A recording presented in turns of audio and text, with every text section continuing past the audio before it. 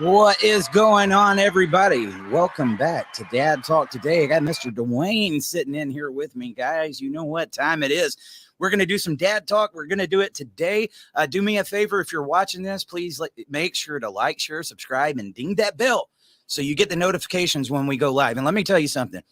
This is a podcast that's probably needed to be done for a long time. Okay? Yeah. I'm not holding back on this one. And so if you appreciate what we do here, yes, there's ways that you can support this show. Cash App, Venmo, Patreon, Dad Talk Today, no spaces, super chats and memberships over on YouTube, stars and memberships over on Facebook. But if you really want to support this podcast, I want to make sure that the movement takes in what we are about to talk about today. Because this is one of the hardest things to do, is kind of bring in some of the things that happens here, Dwayne, and keeps us from getting progress. And we see it happen all the time. Little do people on the other side of the screen and the comments know what it's like being an advocate, trying to fight, saying the family courts are crooked, because every time we talk, we're a deadbeat.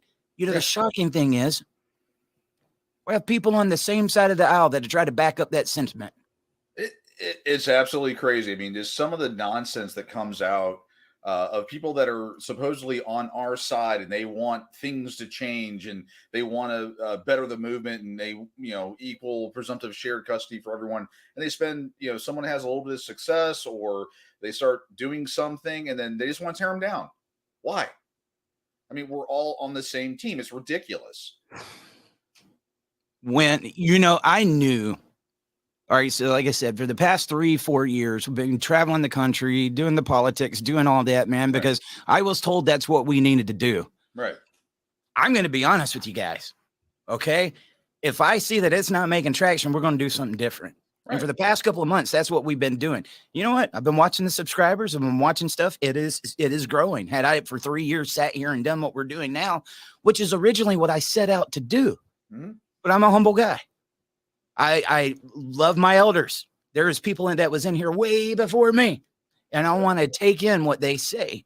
And there was a lot of truth that I found. I don't look at this the same way that I did 3 or 4 years ago. Right. Next week, I might even learn something, Dwayne, and I'm not afraid to say I was wrong. I'm actually excited because that means I'm one step closer to understanding that which needs to be done to get it to where we need to. Yeah. At the same time, I knew a couple of months ago, we started doing something much different on this podcast than we've ever done before. We haven't been promoting, this is how you need to fight your case. This is how you need to do this. This is how you need to do this. We started saying, guys, let's change the family courts. Right. There is too many people making money off of selling you hope. All right. And there is people that will tell you how dangerous the family courts are. But then tell you this is how you win inside of it. And if you don't go inside of it, you're doing something wrong. Dwayne, one of the things I used to get thrown at me all the time is like, man, you really just need to go in court. Look, I have no money. I have no way to do it. And I'm not prepared. Yeah, Eric, if people find out that you're not in there and you're not doing this, you know how they're going to look at you at Dad Talk? Hey, dude, I just pulled back the screen. You know how I think you're going to look at me? As one of you guys. Yeah. As one of you guys, because that's who I am. I'm not trying to be anything other than what I am right here. Again, guy from Georgia, live in a mobile home.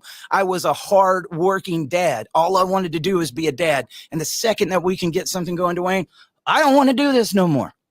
Yeah, I'm ready for it to be over with. I don't know about you, brother. I want to see these family courts completely revamped. And I have to believe in my heart. And if I'm wrong, bring the research. That's not biased research. That says the majority of these cases don't belong inside of those courts in the first place. Yeah, Would you think I was wrong, Dwayne? You know a lot about the research. Yeah, I mean, again, if you have facts that contradict the data that's available with the OSCE, the CDC, HHS, if you have that information, please show us, prove us wrong. Until then, work with us to change all of this.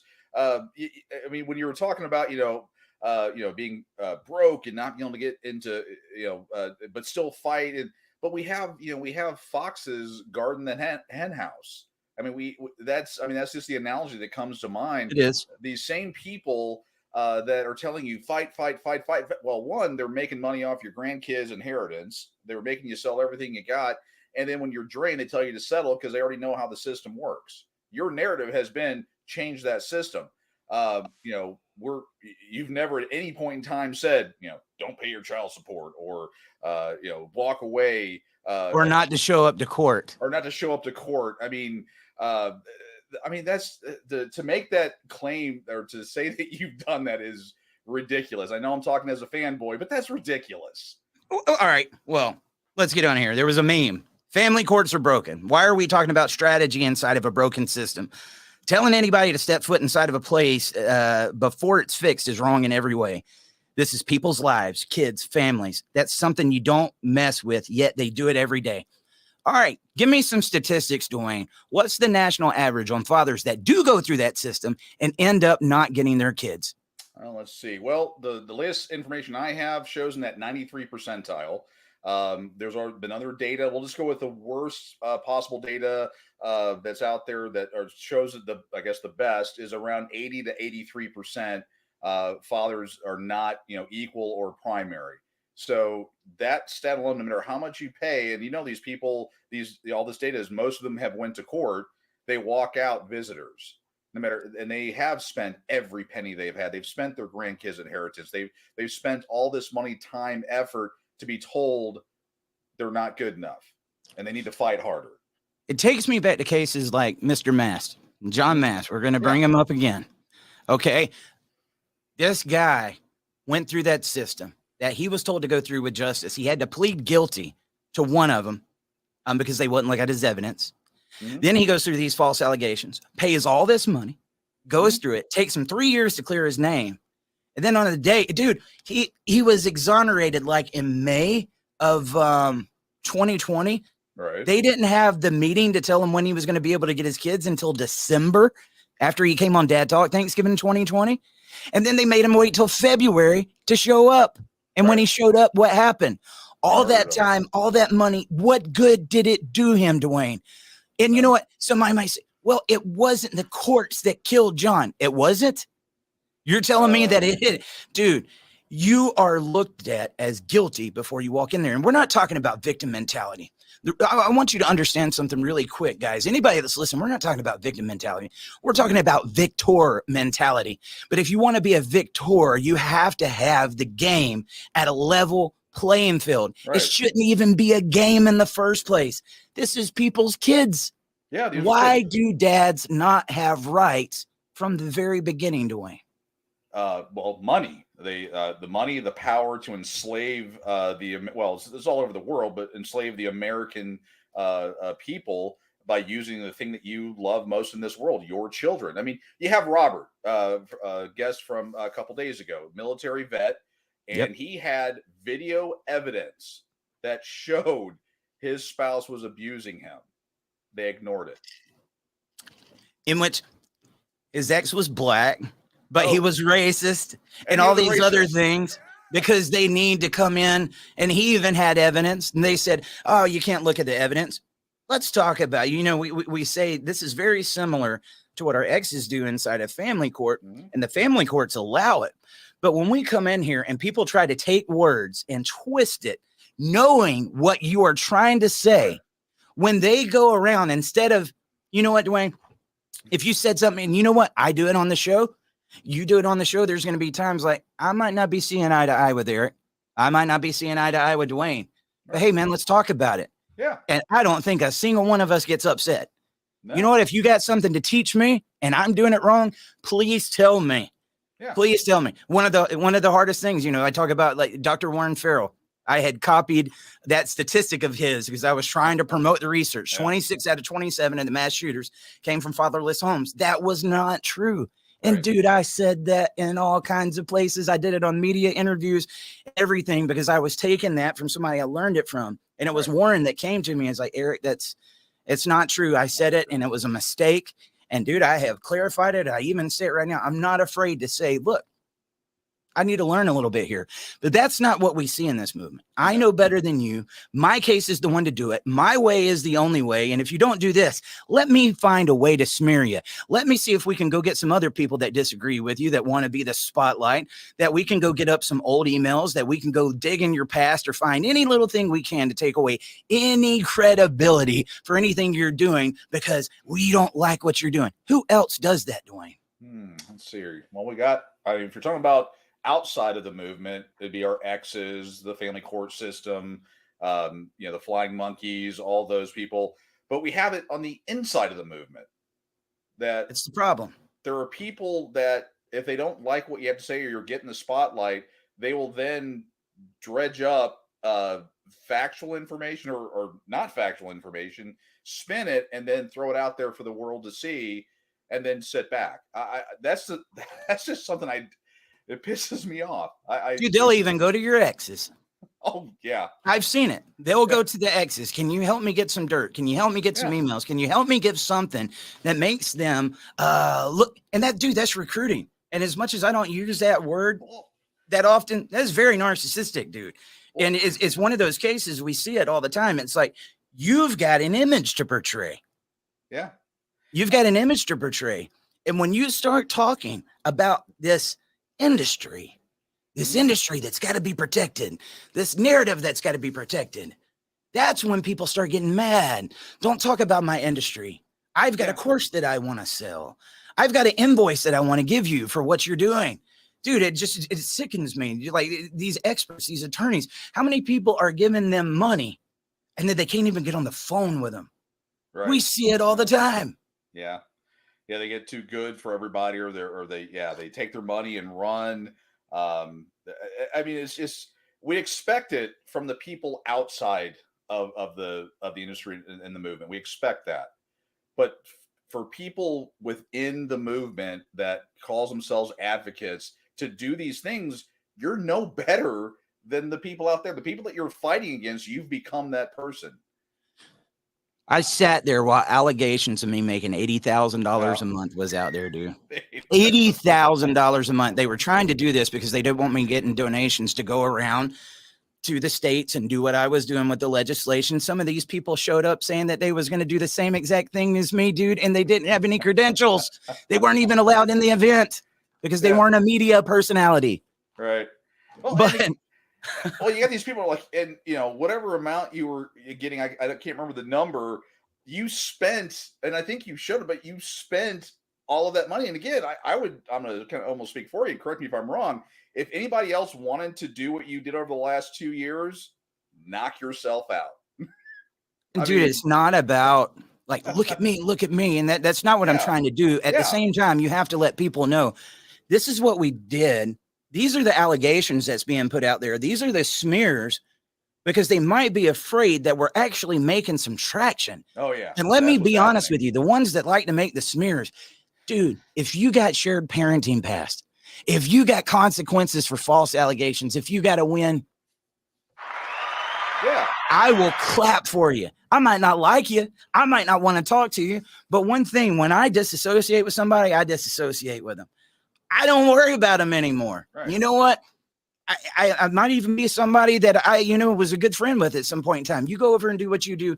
I'll come over here and do what I do. I got people that are going to be tuning into this show today that are looking for answers, that want to be with their kids. They've been to these courts. It is not representing them. Nowhere do they go, do they get any type of relief. And being able to listen to this show and know that they are not alone might be the only thing that's keeping them here on the face of this earth. And don't tell me that doesn't happen, because I got plenty of them that'll tell you that is exactly what happened. And because the message isn't tickling your ears or what you want to attack that. Dude, if you've got that over on your platform, thank you. I want you to have that. We don't have to have the same tactics, guys, or strategy. But I'm telling you, the second this is done, Dwayne, we've been playing some zombies, and I'm not too bad of a zombies player. I think I could probably be a streamer. You could, you know what? You could make a hell of a lot more money streaming zombies. This guy, oh my God, he's a zombie man. Well, actually, I'm getting, not to You're getting better. I'm getting better. I went down 40 times the first time we played, and I went down only 8, I think, last night. Well, dude, you only went down 3 until okay. We got in the final battle. Okay, and then once you start losing your perks, you get taken down a little bit more. But it was so good, dude, because I'm going to be honest with you, Dwayne. I'm so thankful for your friendship. Oh. That was the only time that I spent not working on this movement this week. Wow. Besides when I'm in my bed or when I'm eating supper with my family. Besides, it was the only downtime. And sometimes, it gets a little stressful. You see the passion going behind it because you just want to see it happen, man. Oh, yeah. And we got to wipe the bull crap out of here. Anybody that thinks, oh, he's taking shots. I'm not taking shots at you. Dude, go do what you're doing. Yeah. And if you get a win, I'm proud of you. Yeah, I mean, okay, when NPO, and just for the record here, we have nothing against NPO or whatever great organization. Hell, you've promoted them a number of times. NPO was instrumental in getting Kentucky passed, I believe, the first state that got 50-50. Yep. Cheered on, not torn down, cheered on. I have had to stop in the middle of filming a TV show, not the podcast. Right. I have literally, by another leader saying that the Kentucky bill was dangerous because it left a loophole for domestic violence. Oh, God. We had to re-record the whole show. Don't talk about Kentucky. And it's like, dude, maybe it wasn't the perfect bill. I thought it was pretty good, but is there going to be places where you can make improvements? Yeah. There's going to be a lot of places that you can make improvements. Yeah. Even if you had that bill just completely fine-tuned, guess what? You're going to need a lot more legislation in there to make it effective the way we need to make it effective. Right. That's just the bottom line.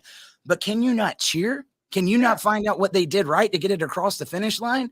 I wonder how many dads actually got to see their kids and how many court battles were avoided because that law was passed.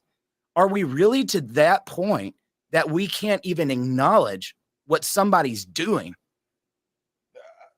I had heard, people talking smack about the bill. And I mean, again, is it a perfect bill? Is there a perfect bill?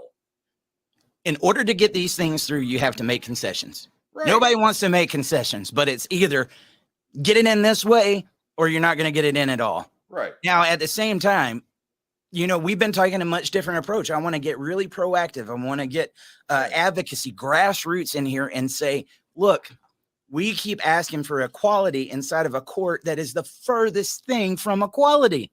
Right. And telling guys to step foot in that court with this strategy, with this money, and telling them that they can expect these good results, knowing what we're seeing, Dwayne, is wrong.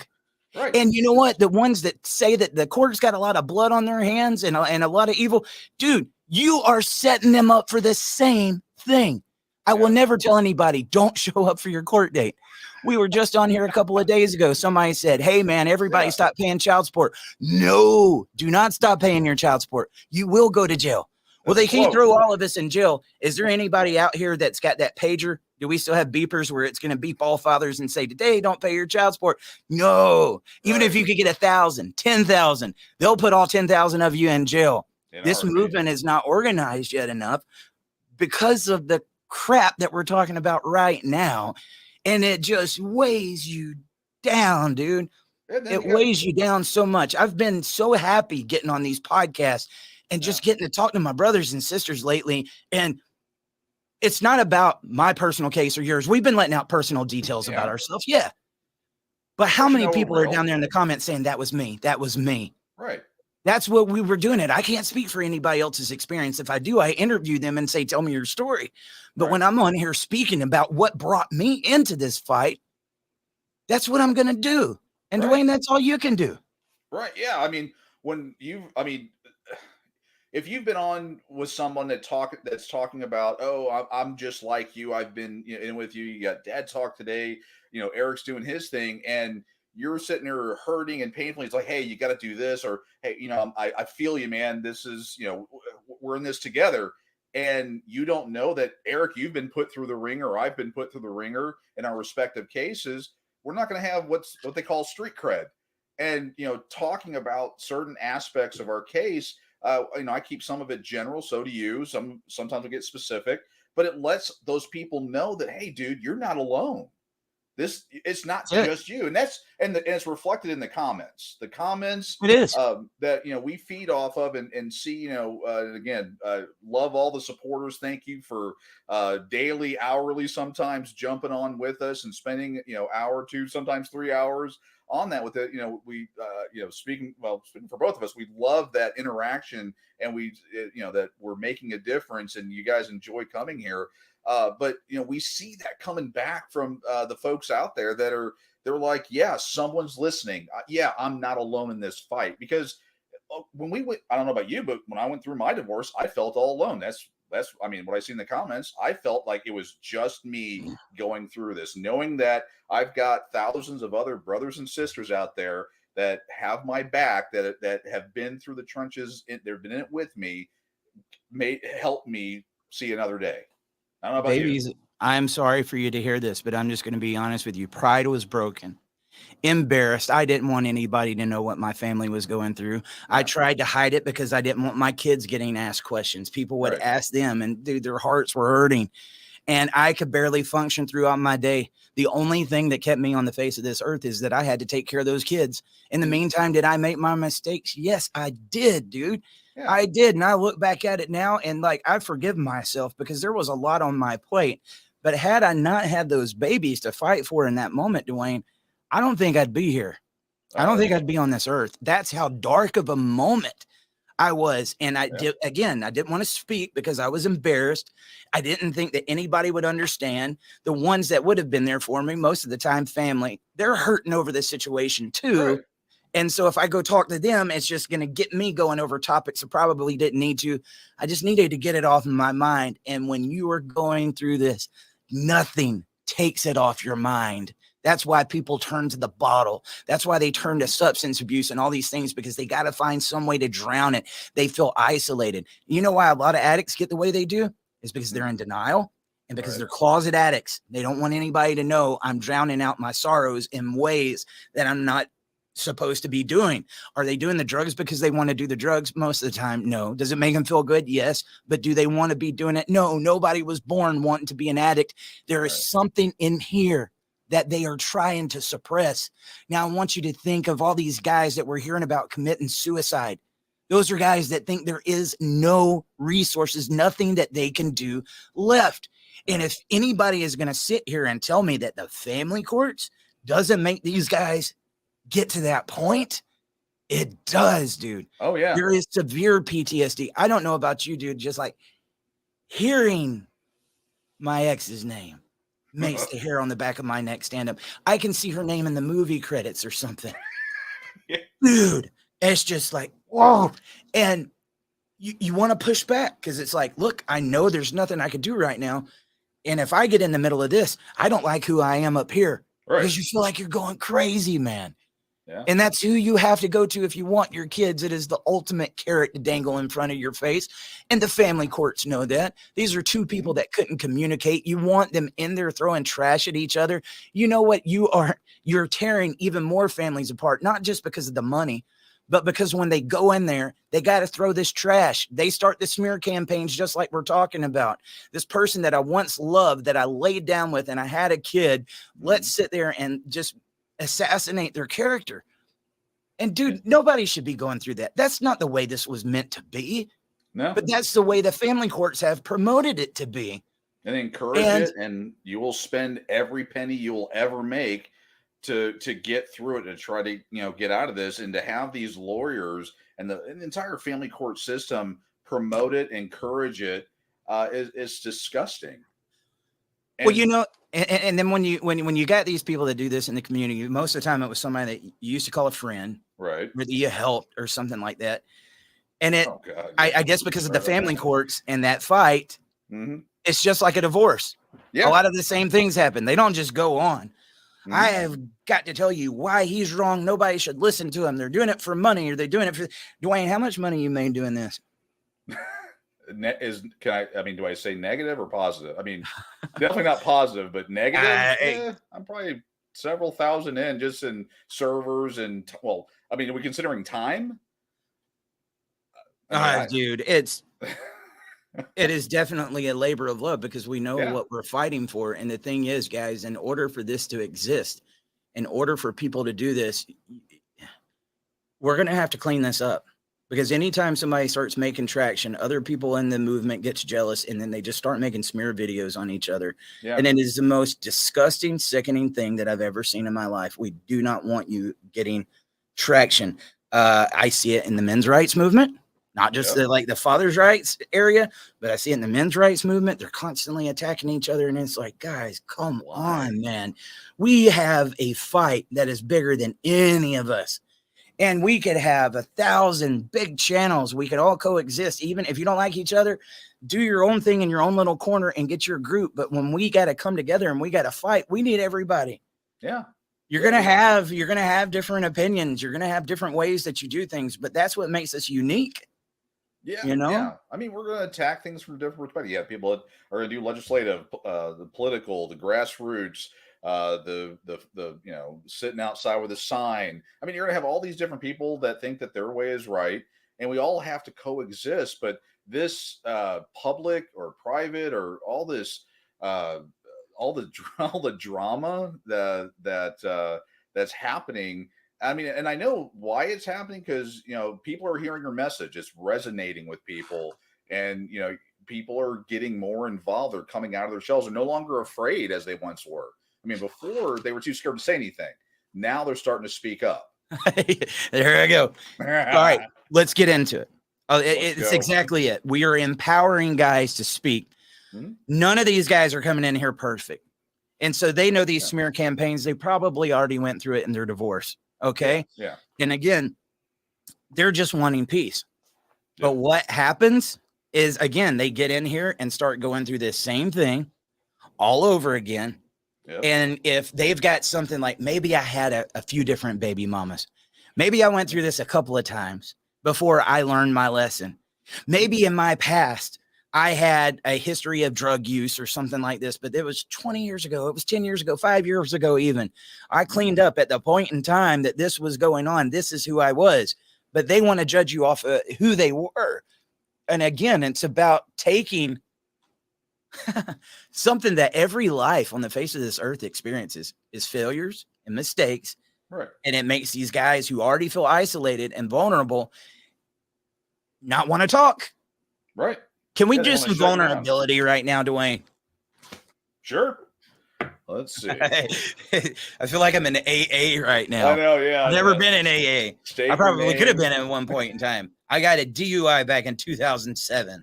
Ye gads. What was that? Okay. Let's see. 16 years ago. Yeah, I got a speeding ticket like 5 years ago. My whole thing is my life's pretty boring. But okay, bad parenting. Let's just go ahead and do a bad parenting move here.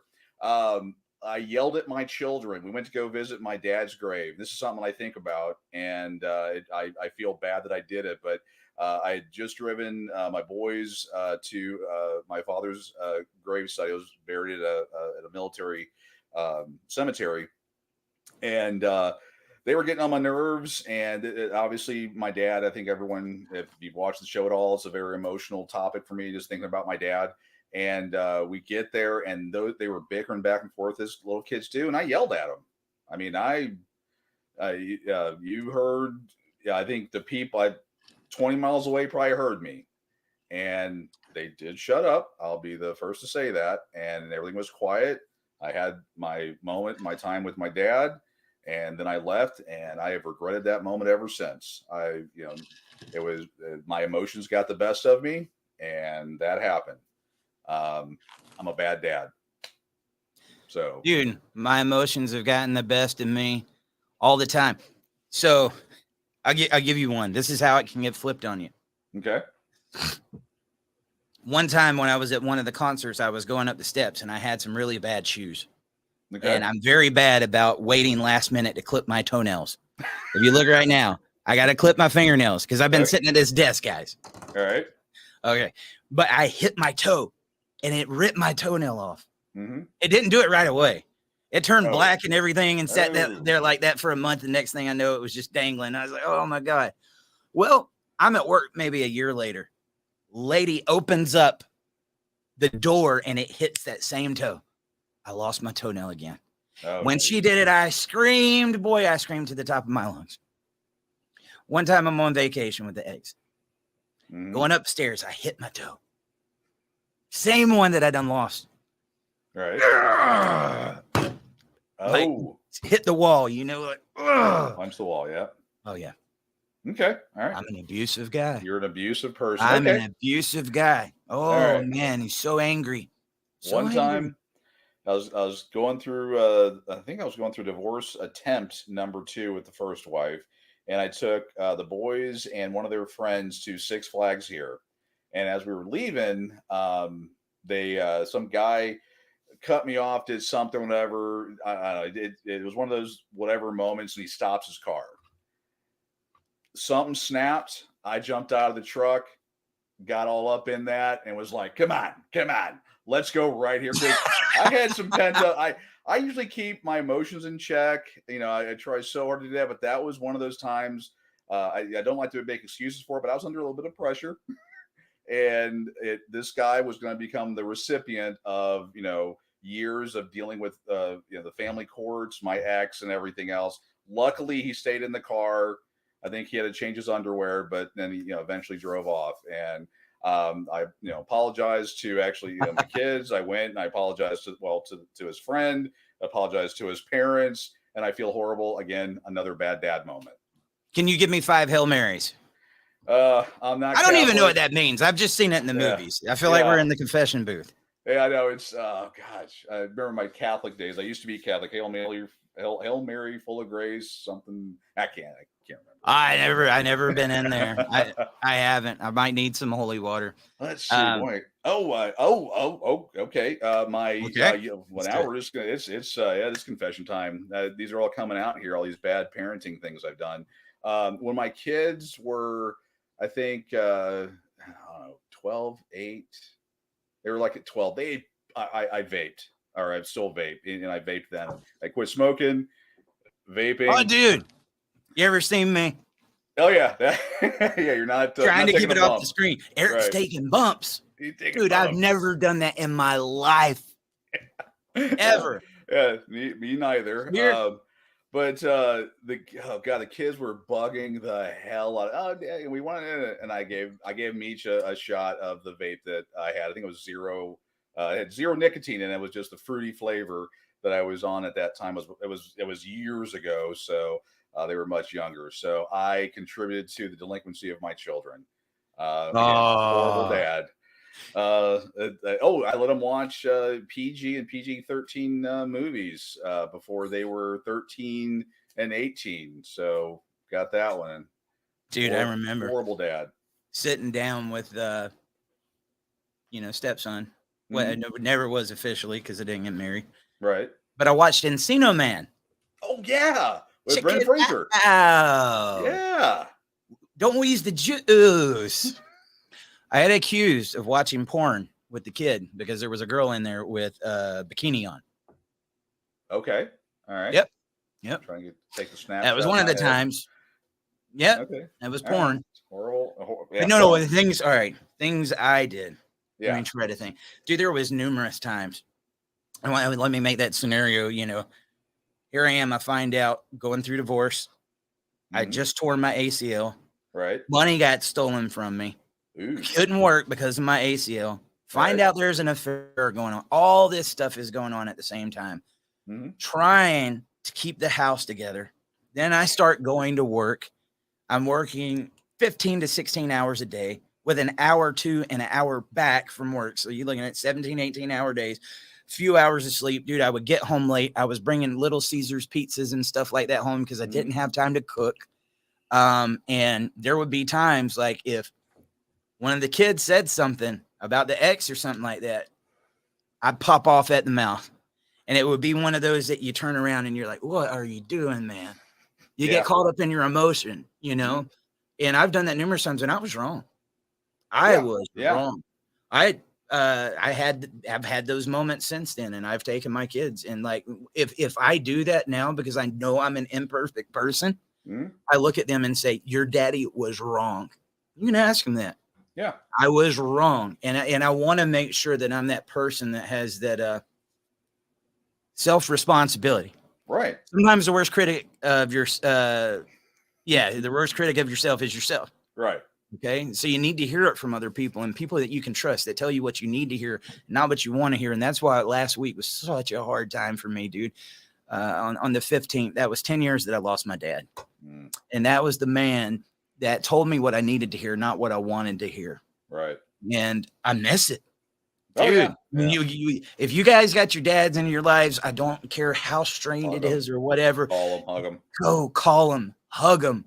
I can't stress to you enough. I don't care how bad you think you might hate them or you got a little riff. You haven't been talking. Don't waste that time, dude, because the inevitable is going to happen.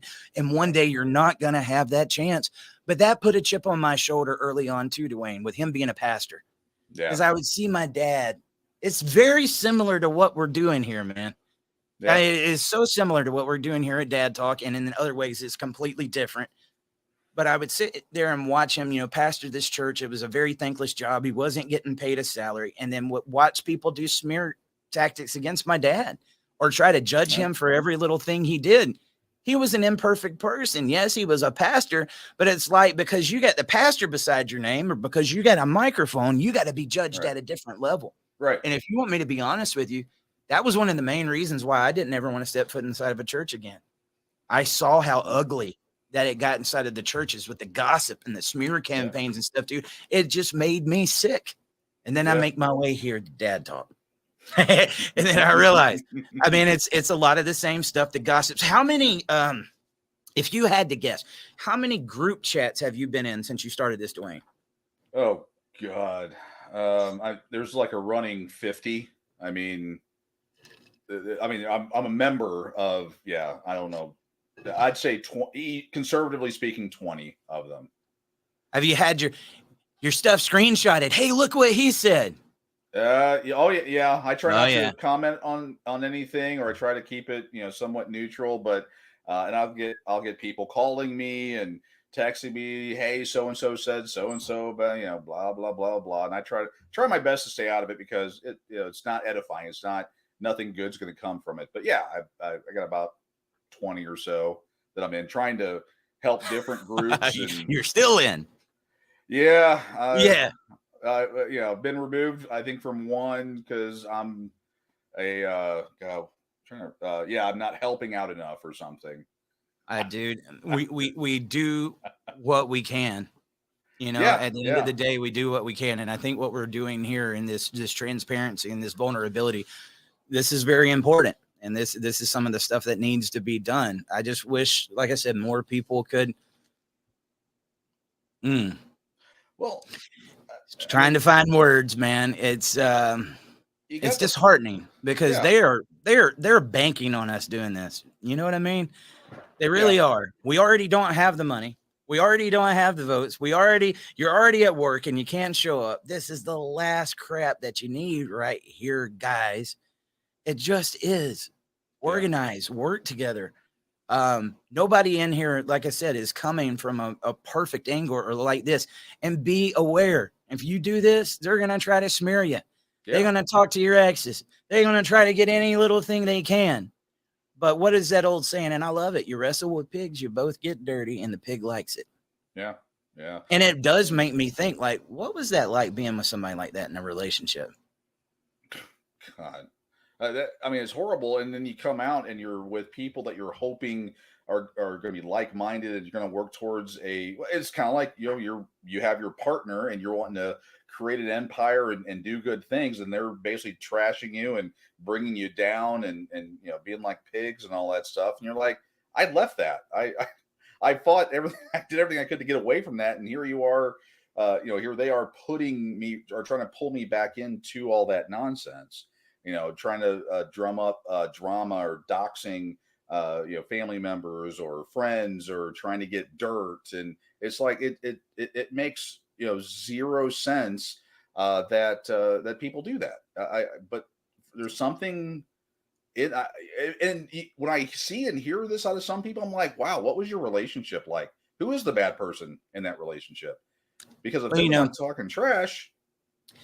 the other part of it too is, even though we're talking in generality, some of this stuff, and there's somebody that hears something and the glove fits, and you say, but I don't remember ever mentioning anybody's name, calling out anybody, bringing up their family, dude, these are people that will go and get your pictures. They'll bring your kids into it. Oh, yeah. And you're bringing all this court of public opinion of people have no idea what actually went on in your life, right, because they need to shut you up.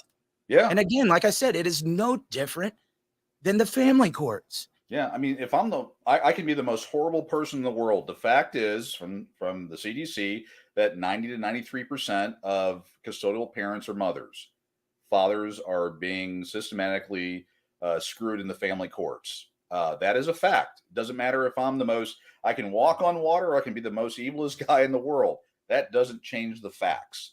And if you feel like you've got to smear me, or talk trash about me, or reach out to different people, I mean, hell, ask the question. I mean, if you really want to know about my boring life, knock yourself out.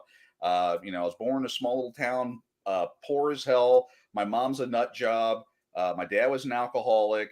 Let's see here. I got married. My wife turned out to be, not what I'd hoped, because I tried to build a family with her. I'm a 3-time marriage contestant. I'm happy the third one's is going to stick, and it's going to be a life longer. No one gets out of this thing alive. By the way, that's not I'm not condoning ending people here. I'm saying that should be till death do us part. My first marriage lasted 17 years. My second one lasted about 3 months, because, in my opinion, she was nuts. And, in my third marriage, I've been married, 5 years, and we have our issues. It's overall a good relationship. We have our moments, and some of those, I mean, blending families. When I talk about the crock pot, I'm coming from a position of street cred. It's not this perfect. Everyone gets dressed for church on Sunday, and we all live a happy family. I mean, we had a lot of trauma. I mean, I married essentially a widow, and I've had to deal with the challenges with a girl that lost her father, right, wrong, or indifferent. That she lost her father, and here I come in, and we've had our challenges, and we still to this day do have those challenges.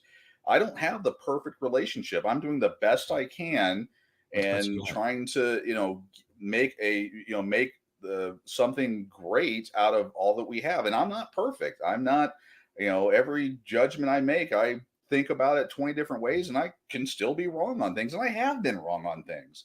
And to have people take shots at you or do all these other things is just it's ridiculous, because Eric and myself, we're out there, we're trying to defend and help and offer support, things that we really don't have to do, because as you've pointed out, I ain't making no money off it, you ain't making no money off it. There's no, I want to have a million friends. It's we saw something is wrong, we're standing in the way to make it better. If someone else can do a better job, knock yourself out. I'll be playing zombies, or being on my VR headset, or playing with my Transformers.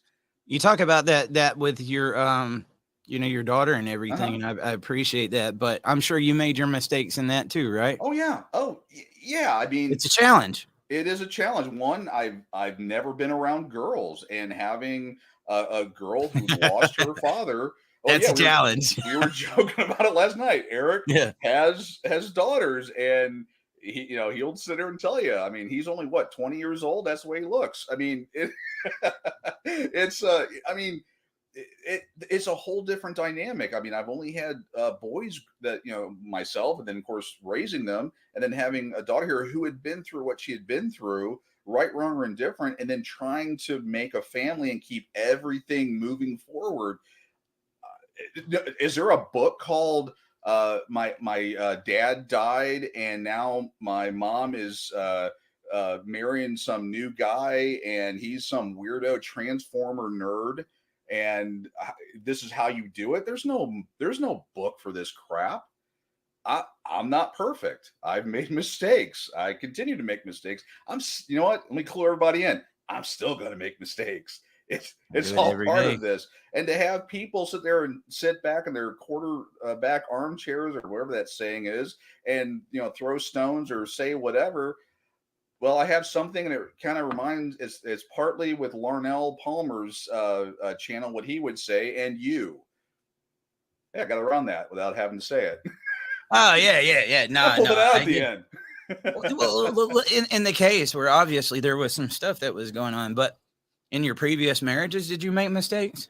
Oh yeah. Oh gosh, You yeah. did? I mean, I'm not perfect. I mean, yeah.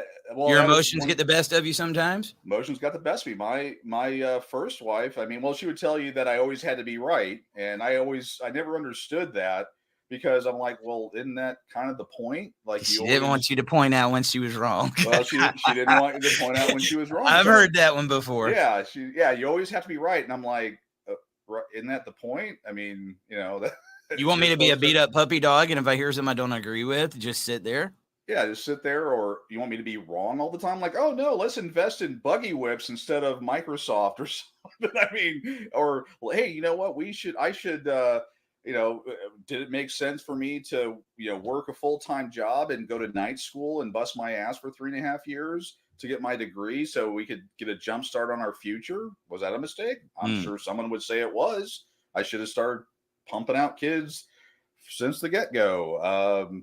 My family has high cholesterol in the DNA, so diabetes. Diabetes. I mean, so should I not have kids? Is that a mistake? Should I have not done this? Well, you know what? You want to know a huge blankety blank mistake I've made? I should have never started dating after my first divorce. I shouldn't have done that after my first or second. Well, yeah, yeah. I waited a little bit longer after the first, but dude, I got married at 18. Yeah. I was in Christian college to become a pastor at 16. Right. I had quit school, got my GED, and then found myself going to Christian college because I felt like I had screwed so much up, dude. I just wanted my family to be proud of me. Right. I got back. I was preaching at a lot of these churches, man, and that's when I met my wife. Mm-hmm. And dude, I went and got married early on. I got divorced early on. By that time, 21 years old, I got a 1-year-old daughter, and I'm a single father trying to figure it out, dude. I was still a kid, Dwayne. Yeah. I was still a kid, and then feeling isolated, like I didn't have anybody to talk to. Dude, those were some dark moments, dude, sitting there on Christmas holding your baby of 2004 with my baby on my chest, screaming for mom. Yeah. And I'm not going to lie to you. I'm not too man enough to not admit it. I was grieving too, because it hit me by surprise. Yes, I had my faults and stuff back then. Did I deserve that? No, I did not. Yeah. And I went for about a year, and dude, there's something about it. I don't know if anybody can relate. And if you do, just say it, because there's no shame in it. We live, we learn, we make mistakes, just like we're talking about. But there's something about that divorce that almost makes you go back to your teenage years. I got to go get the divorce tattoo. I want to go hang out with my friends that I haven't hung out with in a while. I'm going to play a little bit more video games. I'm going to make the house look a little bit more like a bachelor pad, because we're trying to refine who we're supposed to be. Trying to We're figure out who the hell lost. we are. Yeah. Yeah, you're lost in that moment. You don't know who you are. And during that interim period, when you're going through that, you make a lot of mistakes. Right. You'll talk to people you shouldn't have talked to.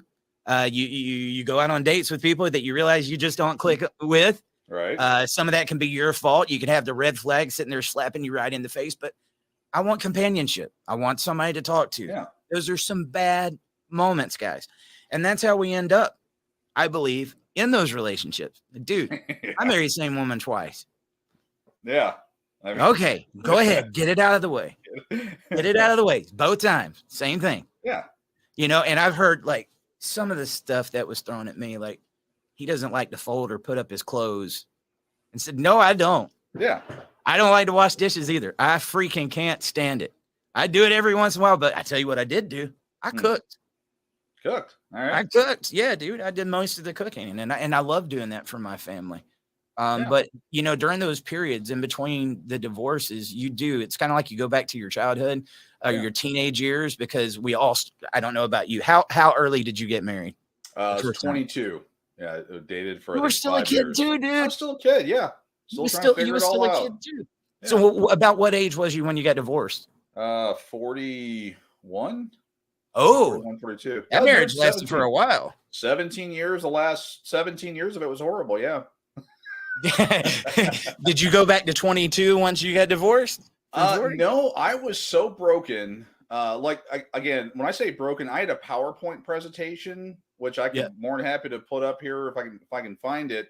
And it was a multi-stage PowerPoint presentation on what a worthless person I was.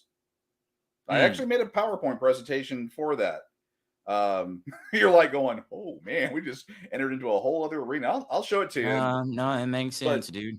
Because I wrote songs about it. Yeah, she had made me, and I allowed it to happen, make me into a worthless, I was a worthless person. And then the first girl I really met after, or while I was going through, or after the divorce, she paid attention. There was a bazillion red flags. Actually, we were, talking about dating, and the family was like, you don't want to date her. You don't want anything to do with her. And I'm like, did that make you want to do it even more, or to prove a point?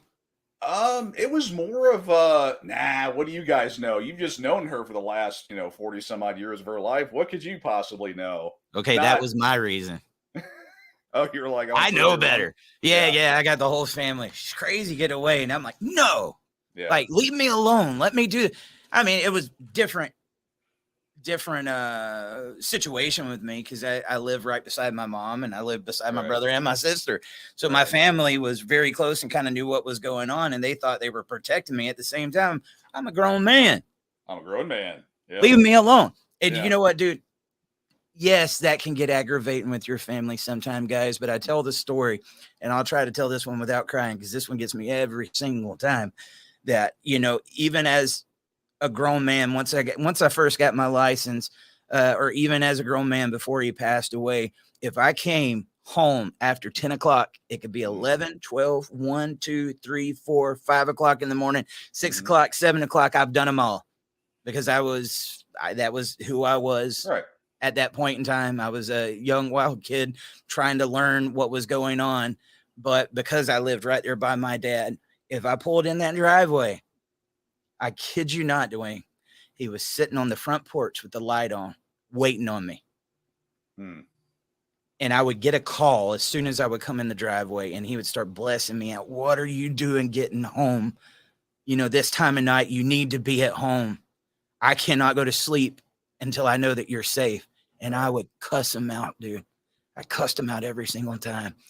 I can't tell you how many times I've pulled up that driveway saying, I wish that man was sitting right there for me. Yeah. Because you realize that those are the ones that are there for you.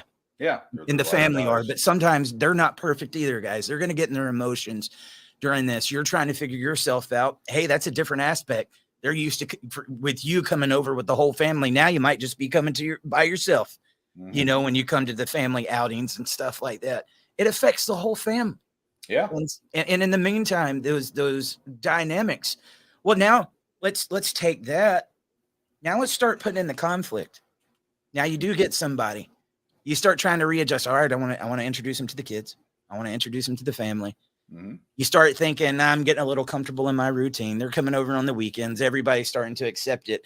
And then in the middle of nowhere, everybody's like, nope. Nope.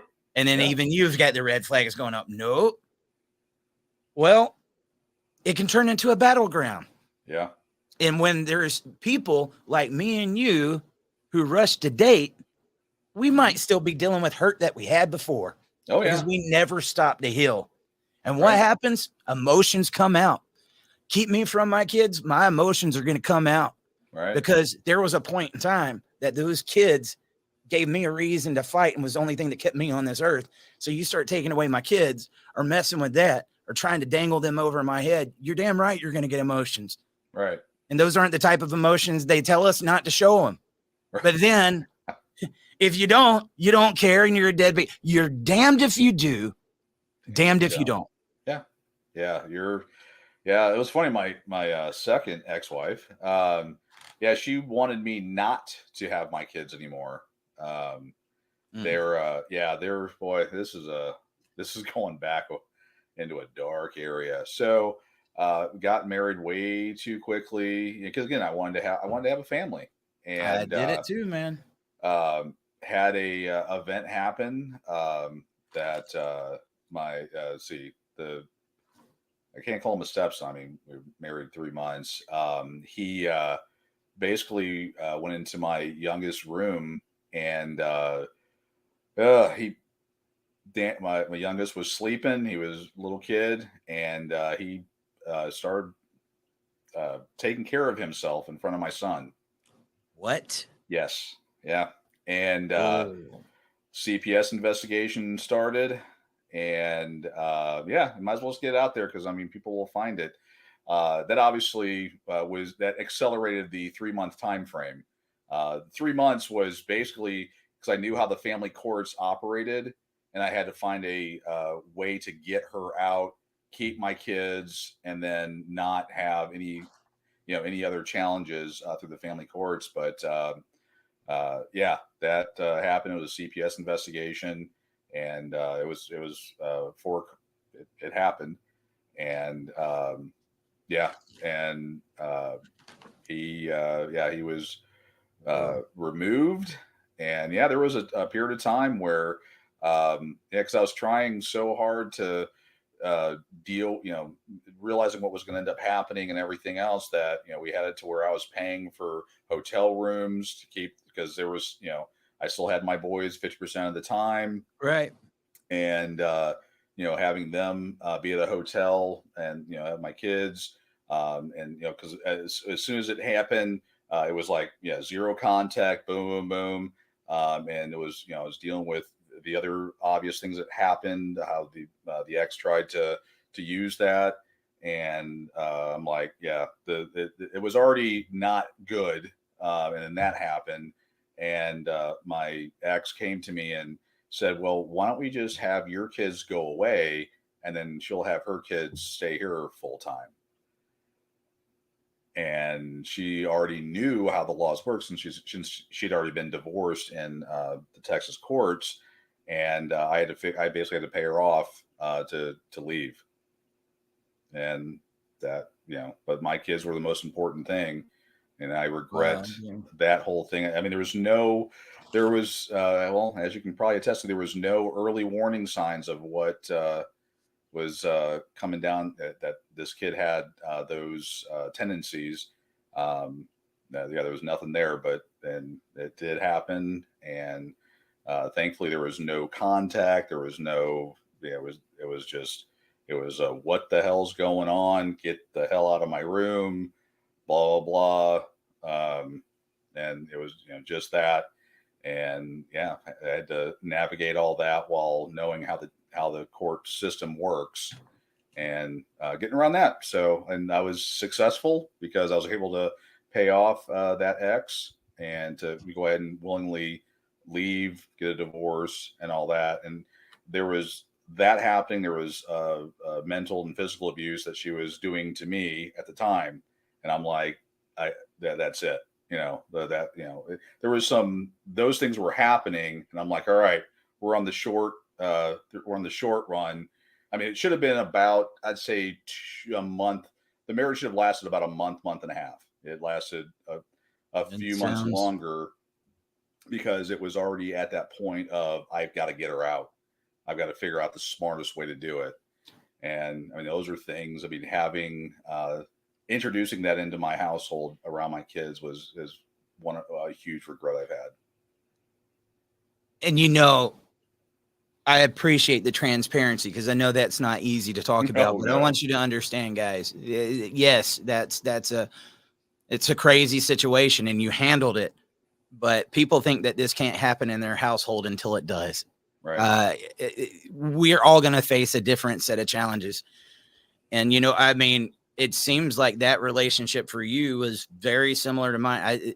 The other relationships I had outside of my marriages didn't even last a year. Right. The first one didn't even last 6 months, but I had a child out of it. The second one was 7 to 8 months. And that was the one that, inspired me to start Dad Talk. And I'm going to tell you though, man, at the time that all that went down, dude, all right. I found out of about 5 different affairs that had happened. And I only found out about that because I was doing my homework. Okay. Right. I acted like nothing was wrong, even though anybody could tell, like, you're not coming home from work until hours later. There's all these different things that was going on. And I was being told, you're always accusing me of stuff. It's all in your head. You're delirious. You're controlling. You're manipulative. You're all this. And dude, I was believing it. I wanted to make sense out of it so bad. I was willing to accept it. Yeah. It is me. Like, I got to change. I'll go to a counselor. I'll go to a doctor. Doc, what's wrong with me? What's wrong with me? Why am I doing this to her? Why am I doing this to her? And that was what that was like. And that is hell on earth, guys. I was that blue pilled. And then, but I kept doing my homework. And then I find out the affair is going on. I was right. And it wasn't just one. It was numerous. Okay. I was broken, man. I was broken because if you would have went to the guy from 20 to 15 years ago, when I was, using the substance abuse and stuff like that, trying to get through some of these situations, maybe you would have had a good argument. Like, okay, look, dude, you really needed to clean up your life. Weird enough. That's when everything was okay. Once I became a 9-to-5 dad, and I've been that way since like 2010, 9-to-5 dad, that just wanted to work, come home and love his kids, be a good husband. That's when this stuff started going down. And, here I am being told I'm crazy. And I didn't know it was happening until there's nothing that can be done. Right. Okay. I don't want to hate on my ex. You know what? That's water under the bridge. At that point in time, did I have some big emotions? It took me a while to get over it. The thing that sucks is you go through this, and these are the type of people that will look at you and say, get over it. You're holding a grudge. Get over it. It's in the past. It's like, it's in the past for you because you were doing it in the past. I'm just now finding out about it. Right. And like, how cold and callous can you be? Just get over it. Oh yeah. This, like it's a footnote in a book. I had a home with you. I had a job. We just signed for a new house and all these things. I got child support out of that one. I did, dude. Oh, wow. We signed for a house 2 years before that ended up happening. And then I find out this house that we just signed for, that's on my parents' property. So it's not like they were going to get the house, right? I was stuck with it. That was actually an easy out. Now I've got to pay for this house that once upon a time had 2 incomes, and I got to help raise these girls. And then guess who's got to pay for the divorce? Me. It wasn't contested. Signed over the first time. My 1-year-old daughter. I didn't go into family court, guys. Signed over. Yeah. Okay. And then that was same scenario. But you know what? She said, I'll sign this as long as you promise you won't keep the kids from me. And I didn't. Yeah. Gets every other weekend. But if you want the kids and they ask, can I, get them every Tuesday? If there's an extra day during the week. Hey, can I stay at mama's again? Yep. Yeah. Because they're going to practice what I preach. Yeah. Do you get accused of not letting your ex see your kids? No. No, I still get that. Yeah. No. And then, like, dude, I ended up, and I'll get into that one. I'm giving you guys more bits of my stories than, I ever had. But in the middle of this is when there was this girl that I knew from school. very popular back then. And I was kind of in the freak crowd, the dorky crowd, right? And all the boys wanted her. And we started talking. And dude, it made me feel good that I was getting attention. I went so long without attention, Dwayne. It was feeling like I just didn't matter. Like, how could you just go and do this with all these guys? And, you know, I felt this big, but now it felt like somebody wanted me. So I started convincing myself in my head. I started going back to church for the first time since I had gotten out of it. You know, God, give me a sign. What do you want me to do? What's there for my life? Oh, I want you to do this. I had convinced myself it was me. That was my BS. But I convinced myself I was getting a sign, and this is what we're supposed to do. And that relationship quickly escalated. And dude, it was amazing. It was amazing in the beginning. In the beginning. Once pregnant, I wanted to move in the house. Let me be the protector. Let me be the provider. And dude, we didn't. I'm going to do my best. I'm going to give it PG because it gets dark. And I'm going to give it PG because I want to show I really do want this to go away. I do. But we just didn't mix. Right. I'll put it that way. The day, the one that, the straw that broke the camel's back, as they say, was the day I got hit. I'll never forget it. Took the cell phone and just slammed it up against my face, pounded it, and started running down the road, 6 months pregnant, in the rain, barefooted. And I'm sitting there looking, saying, like, what in the world is going on? And, dude, I thought I was in the middle of a dream because I didn't think that this could actually be reality. I just didn't. And I knew then, dude, I don't believe a man should hit a woman, but no woman should hit a man. Right. The night, and, I'll go back to my marriage when it was breaking up. The night that I found out I was getting cheated on, and here I am, got my ACL, just learned how to stand again. Started hitting me in the back, ripped the shirt off my back, ripped my pants off. And that was one night, I'll openly admit to you, after all that started happening, it tweaked my knee, and I pushed her to the ground and said, you touch me again, you're going to regret it. One thing I'll give her, as bad as that was, she later apologized and said, I'm sorry. Wow. She did. She said, I was wrong for that. I'll give her that. All right. Wow. The new relationship? No. Oh, I didn't hit you that hard. You're making it up. You're doing this. You know, what you did to me was 10 times worse. I know why your wife cheated on you, dude. I heard that several times. I know why your wife cheated on you, dude. This was fresh. Yeah. This isn't like I'm 3-4 months out of my divorce. That for somebody I've been married to all that time. And then when I talk about these intimate moments that you share with people, your vulnerabilities, and then they use it as a weapon against you, there is nothing you could have threw in my face to stab me in the heart anymore than my family that had gotten broken up. And it's like, this is supposed to be a person that I'm having a child with that loves me. Like, if this is the kind of arguments that we get in, I don't want it. Right. Yeah. I don't want it. Yeah. No drama. Well, you know what? There's more to that, but Dwayne, I think we might need a part 2. Yeah, you know what? I think we do. There's a lot more to be said and a lot more stuff to come out. I think a part 2. I think our audience would like to hear that. Yeah. Would you guys like a part 2? And I'm sharing this, and Dwayne is too. And none of the stuff that we're talking about is flattering or. No. Look at how good of a person I was. No, dude, I have my mistakes. Yeah. I knew that I was having a kid.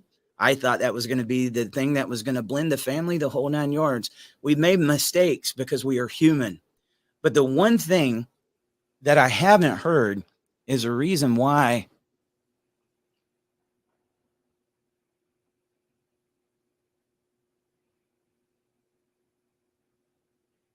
Uh-oh, I think his internet has frozen on him. Yep, I'm frozen. That's saying go to part 2. All right. We'll get to it, guys. Make sure to like, share, subscribe. Get your cups. Get your cups.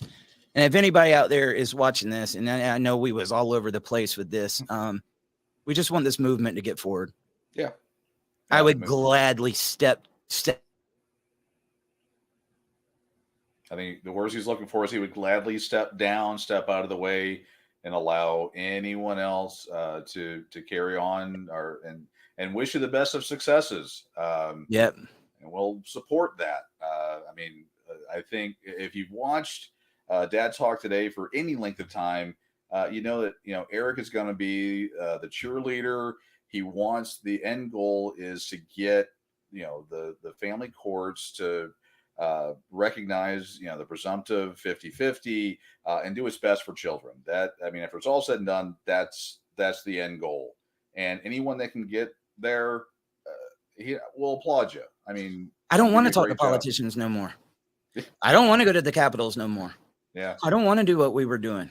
I don't want you sending me donations to go and get me up there to get me to these. I don't want to do that. If there's people that want to do that, let's make sure that they do that. I'll gladly sit here at the house and cheer them on from this microphone, which is what I did early on in Dad Talk. Go back to those early videos. Right. That's what I was doing. And I didn't realize what I was getting caught up in. And these people that when they want to come at what you're saying and they do it in a way, it's not, Dwayne, you said something I didn't care about. Let me talk to you. Yeah. It's, guys, you don't know who they are. Let me tell you who they are. Let me show you what's going on. You don't need to be listening to this person. Blah, blah, blah, blah, blah. Those are people that love to hear themselves talk, man. Yeah. Love to hear themselves talk, and they love giving you the invoice. What invoice am I giving you here right now? I'm saying like, share, subscribe. I got the Cash App. I got the Venmo. You know how much money we've had come through those in the past month, Dwayne? Let's see what's on the in the last month. I'm gonna go probably is it a Benjamin? Is that $100? No, 55. Okay, and I got a 50 today. Ooh, and thank you for that. Yes, thank you for that. I did see that come in, and I have seen the stars, and I have seen the super chats, and you guys are seeing those on the screen. But that's what we're fighting with here, man. It's like $200 a month in the Patreon. The programs that it takes to run this cost that. I'll gladly sit from here and help organize and fundraise for other guys that want to go out there and do that. But I'm going to tell you right now, until this movement straightens up, until we get our people to the table, until we stop listening to the people that try to completely assassinate people's character, anytime that they're getting any movement, this is where we're going to be. Yeah. Yep. You ready for part two? Ready. Let's do part two. We are ready for part two, guys, but you're not. We'll see you tomorrow. Hey, everybody. Eric Carroll here. Thank you for tuning in to another exciting episode of Dad Talk Today. While we fight for you, we would ask for you to please help fight for us. Like, subscribe to our channel, and ring that bell so you get notifications every time we go live. There's also super chats, patreon.com/dadtalktoday, and other ways you can support our channel. Thank you for being here, and we will see you